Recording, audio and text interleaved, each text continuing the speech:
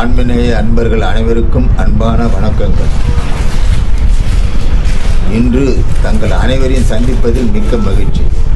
அடியன் 1991 வள்ளலாரின் கொள்கைகளை மக்களிடம் சென்று அடையவே சமரச சுத்த சன்மார்க்க சத்திய சங்கம் என்று செஞ்சியில் ஆரம்பித்தோம். எங்களுடைய முழு நோக்கம் என்னவென்றால், இறைவனின் பெயரால் உயிர் பலி எந்த கோயில்களிலும் பிற இடங்களிலும் நடக்கக்கூடாது. கொலைபுலை தவிர்த்தல், புலால் மறுத்தல், எந்த உயிரும் புலால் சாப்பிடக்கூடாது என்ற எண்ணத்துடன் ஆரம்பிக்கப்பட்டது.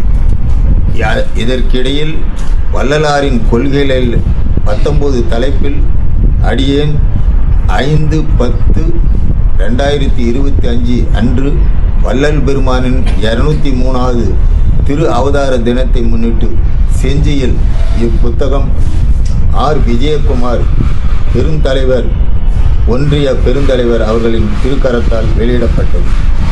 இப்புத்தகத்தை தாங்கள் அனைவரும் கண்டு என்பதை கேட்டுக்கொள்கிறேன். இதில் 19 தலைப்பில் வள்ளலாரினுடைய கொள்கைகள் விளக்கப்பட்டுள்ளன. இன்றும் பல செய்திகள் உள்ளன. அவை அடுத்த புத்தகத்தில் வெளிவரும். முதல் தலைப்பு, வள்ளல் பெருமானின் இப்புவியில் அவதார நோக்கம் ஏன் என்ற தலைப்பு. அதை பற்றி இங்கே சிறிது பார்ப்போம்.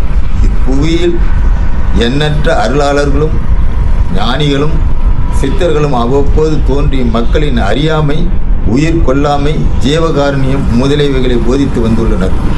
அவர்களுள் தலை சிறந்தவர் வள்ளலார். இவர் ஒருவர்தான் உயிர் இரக்கத்தோடு நாம் அனைவரும் வாழ வேண்டும். எவ்வுயிரையும் கொல்லக்கூடாது. எவ்வுயிரையும் கொல்வதற்கு நமக்கு இறைவன் கட்டளையிடவில்லை. இறைவன் பெயரால் உயிர் பலி தடுப்பது மிக மிக மோசம் என்ற குறிக்கோளை வலியுறுத்தினார். ஜீவகாருண்யம் ஒன்றே மோட்ச வீட்டின் திறவுகோல் என்று வலியுறுத்துகின்றார். இவர் 1823 5/10 கடலூர் மாவட்டம் மருதூர் என்னும் சிற்றூரில் ராமையா பிள்ளை சின்னம்மை என்பவருக்கு 5வது மகனாக அவதரித்தார். வள்ளல் பெருமான் என்ன கூறுகின்றார்கள் என்றால், நான் இறைவனால் இப்புவியில் அனுப்பி வைக்கப்பட்டேன், வருவிக்க விட்டேன். என்னுடைய நோக்கம் எந்த உயிரும் ஜீவகாருண்ய வழியில் நடக்க வேண்டும். அதுதான் முக்கிய குறிக்கோள். ஜீவகாருண்யம் ஒன்றே இறைவனை அடையும் திறவுகோல் என்று கூறுகின்றார். திருவள்ளுவர், திருமூலர், திருஞான சம்பந்தர், திருநாவுக்கரசர், தாயுமானவர் என்று வாழையடி வாழையாக வந்த திருக்கூட்ட மரபில் நான் ஒருவன் அன்றோ என்று கூறுகின்றார். இளமை பருவத்திலேயே இறைவன் இவருக்கு பக்குவமூர்த்தியும் இறை தன்மை உடைய ரகசியத்தையும் கூறுகின்றார். இறைவன் ஒளி வடிவாக இருக்கின்றான் என்று கூறுகின்றார். இவருடைய முக்கிய கொள்கைகள், கடவுள் ஒருவரே, அவரே அருட்பெருஞ்சோதி ஆண்டவர், அவரே ஒளி வடிவமாக இருக்கிறார். இறைவன் ஒளி வடிவமாக இருந்தாலும் அநேக உயிர்களை எடுக்கும் தன்மை கொண்டவர் என்று கூறுகின்றார். சிறு தெய்வ வழிபாடு கூடாது என்கின்றார். அத்தெய்வங்களின் பெயரால் உயிர் பலி கூடாது, புலால் உண்ணவே கூடாது. ஏழைகளின் பசி தவிர்த்தலாகிய ஜீவகாருண்யத்தை பேரின்ப வீட்டின் திறவுகோல் என்று கூறுகின்றார். சாதி சமயம் முதலியவை வேறுபாடு கூடாது என்கின்றார். எவ்வுயிரையும் தம்முயிர் போல் நேசிக்க வேண்டும் என்று கூறுகின்றார். ஆன்மநேய ஒருமைப்பாட்டுரிமையை கைக்கொள்ள வேண்டும். புராணம், சாத்திரங்கள் முதலியவைகள் முடிவான உண்மையை மக்களுக்கு தெரிவிக்க மாட்டார் என்று கூறுகின்றார். இறந்தவரை புதைக்க வேண்டும், எரிக்கக்கூடாது என்று கூறுகின்றார். முற்போக்கு கொள்கைகளை இவர் வலியுறுத்துகின்றார். இவைகள் எல்லாம் மக்களை நடைமுறைப்படுத்த வேண்டும் என்ற உயர்ந்த நோக்கத்தில் சமரச சுத்த சன்மார்க்க சத்திய சங்கத்தை 1865 நிறுவினார்கள்.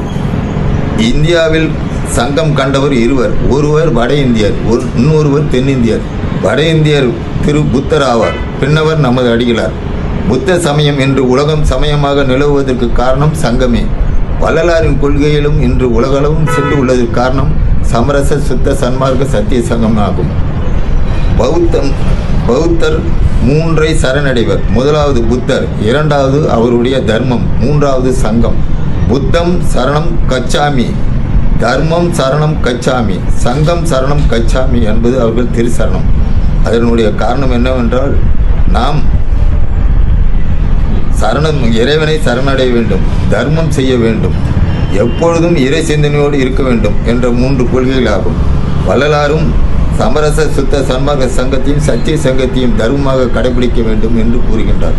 தர்மத்தை உலகில் நிலைநாட்டவே அவரால் சமரச தர்ம சன்மார்க்க சாலை என்ற ஒரு சாலையை 23/5/1867 வடலூர் பார்வதிபுரத்தில் நிறுவி அன்றிலிருந்து இன்று வரை அன்னதானம் தொடர்ந்து ஏழை எளியவர்களுக்கும் பணக்காரர்களுக்கும் ஜாதி மதமற்று ஏழை எளியவர்கள் என்று பார்க்காமல் அனைவரும் அன்னத்தை விரும்பி சாப்பிட்டு கொண்டிருக்கிறார்கள். இன்று உலகில் நாம் மேல்நிலை அடைய வேண்டும் என்றால் 2 வழிதான். ஒன்று சத்விச்சாரம், ஒன்று பரோபகாரம். பரோபகாரம் என்றால் தர்மம் செய்ய வேண்டும். தர்மம் செய்தால்தான் இரக்க குணம் வரும். அதற்கு முதல் படி எந்த உயிரையும் கொல்லக்கூடாது. நாம் உயிரை கொன்று புசிப்பதால் இரக்கம் நம்முள் வராது. ஆகவே நாம் யார் மற்ற உயிர்களை கொல்லுவதற்கு? நமக்கு யார் உரிமை கொடுத்தார்கள்? ஒரு உயிரை உண்டாக்க ஆடோ மாடோ பன்றியோ பறவைகளோ உங்களால் உண்டாக்க முடியும் என்றால் கொல்லுங்கள் என்று கூறுகின்றார். இவைகளை நம்மளால் உண்டாக்க முடியாது. ஆகவே கொல்லுவதற்கு நமக்கு உரிமை கிடையாது. நாம் வாய் உணவிற்காக கொன்று அதனுடைய பாவத்தை பெற்று மேலும் மேலும் துன்பம் அடைந்து மனித பிரிவை கிடைக்க முடியாத ஒரு சூழ்நிலை உங்களுக்கு அடையும். கிடைத்தற்கரிய மனித பிரிவை பெற்றால் இந்த பிறவிலேயே நாம் பெறத்தக்க ஆன்ம லாபத்தை ஒவ்வொருவரும் பெற வேண்டும். அதற்கு முதற்படி உயிரிரக்கம். உயிரிரக்கம் எப்படி வரும்? புலால் உன்றால் வராது, உயிர்களை கொன்றால் வராது. இவைகள் ரெண்டையும் நாம் ஒழித்தால்தான் நம்முள் இறைவன் குடிகொள்வான். நாம் பலவித கர்மாக்களை தினமும் சேர்த்துக்கொள்கிறோம். உதாரணமாக, ஒருவர் வீதியில் நடந்து சென்றால் தனிமையில் பலவித எண்ணத்தில் அவருடைய எண்ணங்கள் உலாவும். நாம் நம்முடைய சண்டை போட்டவர்களை நினைப்போம், நமக்கு துரோகம் செய்தவர்களை நினைப்போம், நமக்கு கடன் வாங்கி ஏமாற்றவர்கள் நினைப்போம், அவர்களை சவிப்போம். இவைகளும் ஒரு விதத்தில் கர்மாக்கள் தான். நாம் தூங்கும் பொழுதும் நம் மூளையாகப்பட்டது பலவித எண்ணங்களில் உழன்று கர்மாக்களை சேர்த்துக்கொள்கின்றன. இவைகளிலிருந்து விடுபட வள்ளலார் கூறுகிறார், தர்மம் ஒன்றே உன்னை மேல்நிலை எடுத்தும், தர்மம் ஒன்றே உன்னை மேல்நிலைக்கு அழைத்து செல்லும், ஜீவகாரண்யம் ஒன்றே உன்னை மேல்நிலையில் அழைத்து செல்லும். இந்த பிரிவில் இல்லாவிட்டாலும் அடுத்த பிரிவிலையாவது நீ மனித பிரிவு பெற்று இவைகளெல்லாம் கர்மாக்களை ஒழித்து இறைநிலையை அடைய வேண்டும்.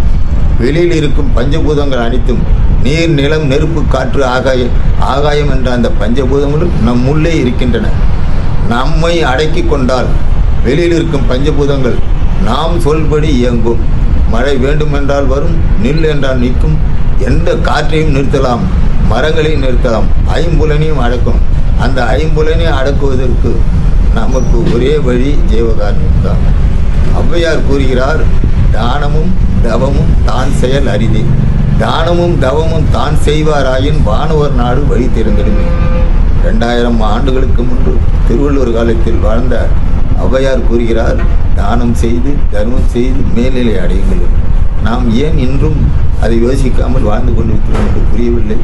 ஆகவே தயவுசெய்து உங்களை மீண்டும் மீண்டும் வள்ளலார் வழியில், சித்தர்கள் வழியில், ஞானிகள் வழியில் சென்று எந்த உயிரும் கொள்ளாமல் ஜீவகான வழியில் வாழுங்கள் என்று கூறிக்கொண்டு மற்றொரு பாகத்தில் உங்களை சந்திக்கின்றேன்.